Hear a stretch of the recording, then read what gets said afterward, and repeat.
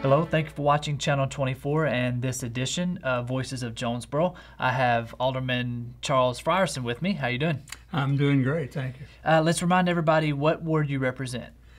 I'm in Ward 1, Position 1. So that's why I sit at the end of the council table. Way down. And what general area of town is that? Well, it's really in the southwest Jonesboro. It's kind of like this, so it's kind of hard to describe the boundaries. Right, but generally it's Southwest. Okay, all right. What would you say was the biggest accomplishment for the city of Jonesboro in 2012? That's a little difficult because there were a number of major things that were done during the year. However, if you want me to talk about what I think is the biggest accomplishment, I almost have to go back to 2011, but this is what I think is the biggest accomplishment for Jonesboro because it is a balanced budget. And for many years I was on this council, we didn't have a comfortable feeling about our numbers. Right. To say the least. Right. and Mayor Perrin, because of his background and knowledge, and bringing Ben Brisky along to help get this done, it is a balanced budget. It has a surplus of only a little over $500,000, which in my judgment is not enough, right, but to take care of the emergencies that might crop up. But it's balanced. Right. And that's remarkable. Right. It is laid out in such a way so that each department is shown and it's very comprehensive. I think stable financial position of the city is the greatest accomplishment. Right. And it's continuing. Right. Yeah, I was about to say, like you said, it goes back to 2011. 2011 was equally a good budget, but this one I'm truly impressed with. Okay. All right. And in 2013, what are some of the goals that you would like to see accomplished during this year?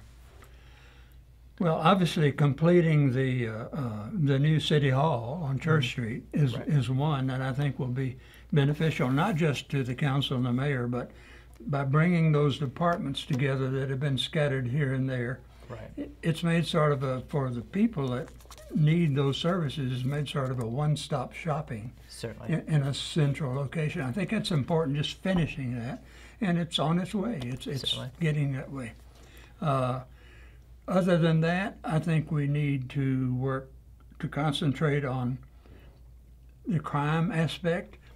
Crime, from what I've been hearing, is now about number one in the eyes of the people of this town as being our biggest problem. Right. It used to be traffic. Right. Now, traffic's down there number two, right. But it's been supplanted, and it is an issue. We didn't used to have gun holdups and invasions in this town. It's a phenomenon that is caused by our progress and being known the golden place of the Northeast Arkansas, and people are coming in, moving in, and taking advantage of the things here. And I understand that, but we're also getting some not very desirable people coming in as well. Right. We have to pay attention to that. What else? Nothing other of big importance other than continuing to do drainage and streets. Those are always going to be a problem as your city grows.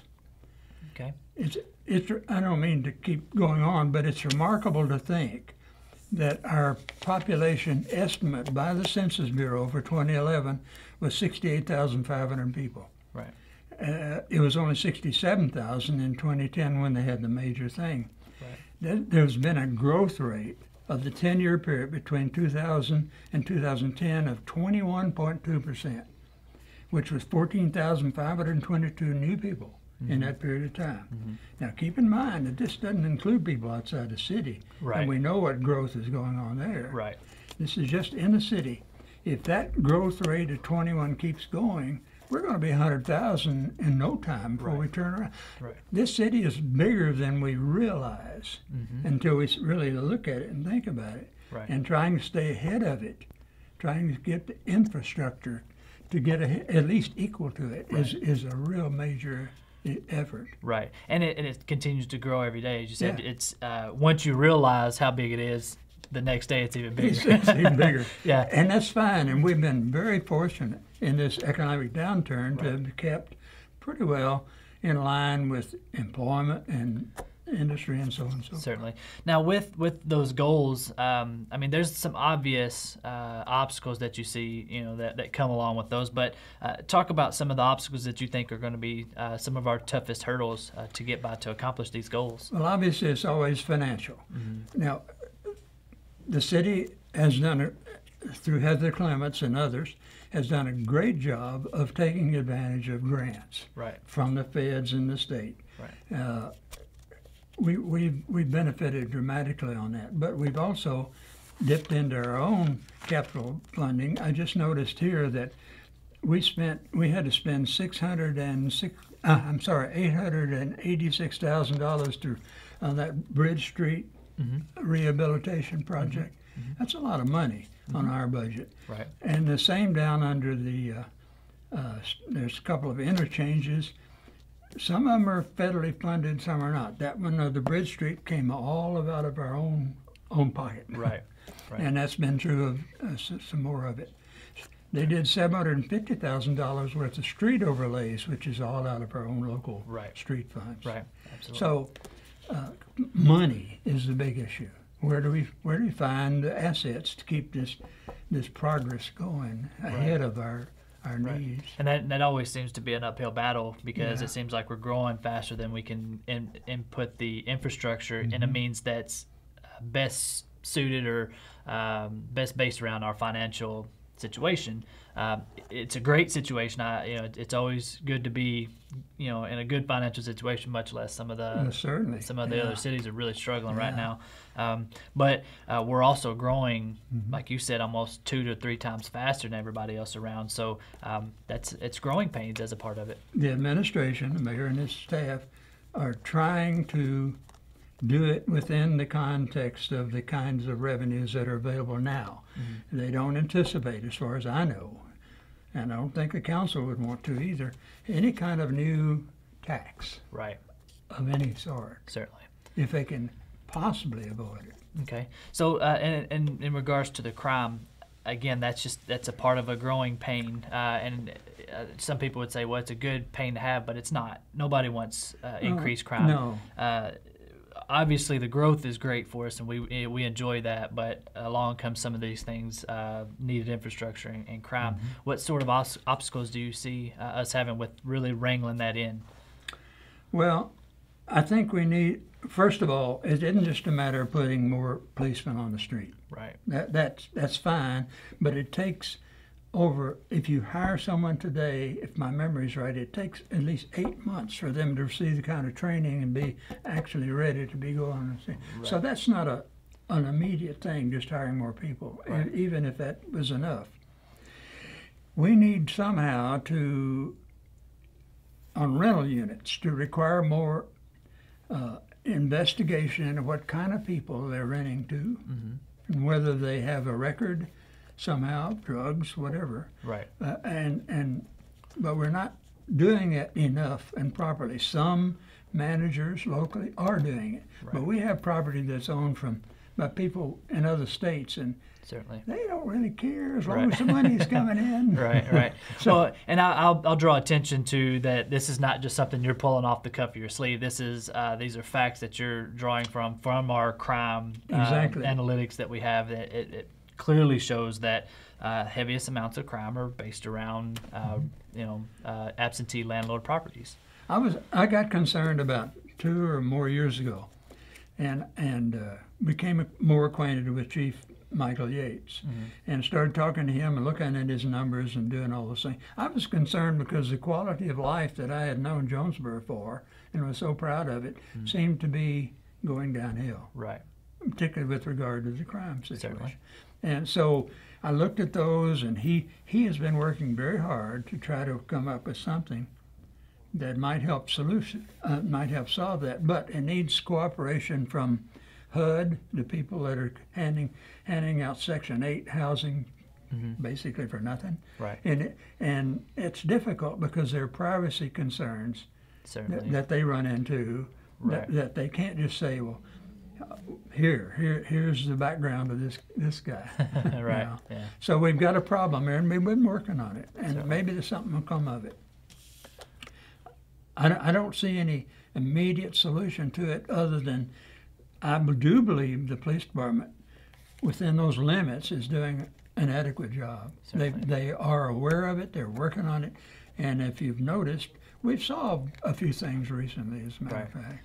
Yeah, and that's typically what gets fails to get through the media stream is you hear about the robbery, but you don't hear about them getting caught shortly after or something like that. But yeah, absolutely.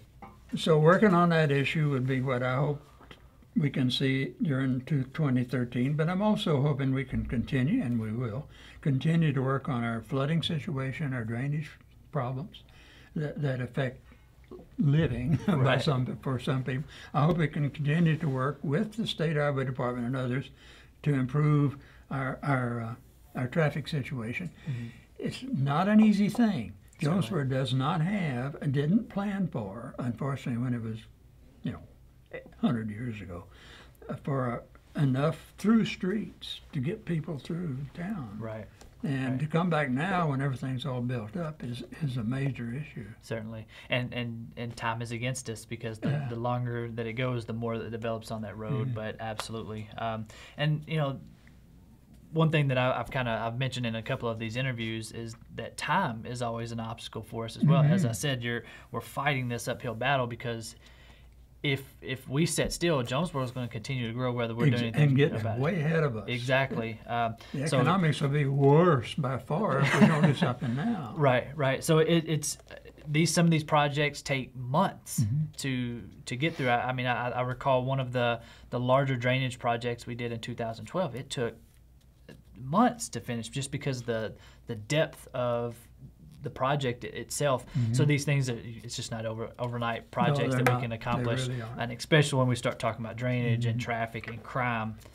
Well, we made good progress on drainage without question. We spent a lot of money and we made good progress. It's hard to detect, but we made good progress on traffic, streets and highways. Right. But a lot more needs to be done in that regard, if it can be done. Well, absolutely. Well, I'm a true believer, and you got to admit the problems before you can solve them. And certainly, it's a privilege to be a part of an administration that can admit, hey, we know we have this and this and this, but this is what we're doing to fix it as well. I am really very impressed with the mayor and his staff that he's gathered around him. I'm equally impressed that the city council is composed of 12 people, all of whom have the best interest of the town in mind. We may differ and do about our particular feelings about a certain issue, but overall, all of them are very much interested in playing a part in the movement forward of the city. Certainly. Well, Mr. Frierson, it's always a pleasure to sit down and talk with you. Certainly, we'll have you back and kind of update everybody a little later on in the year. I always enjoy talking about Jonesboro. Absolutely. Well, there you have it, folks. Thank you for watching Channel 24.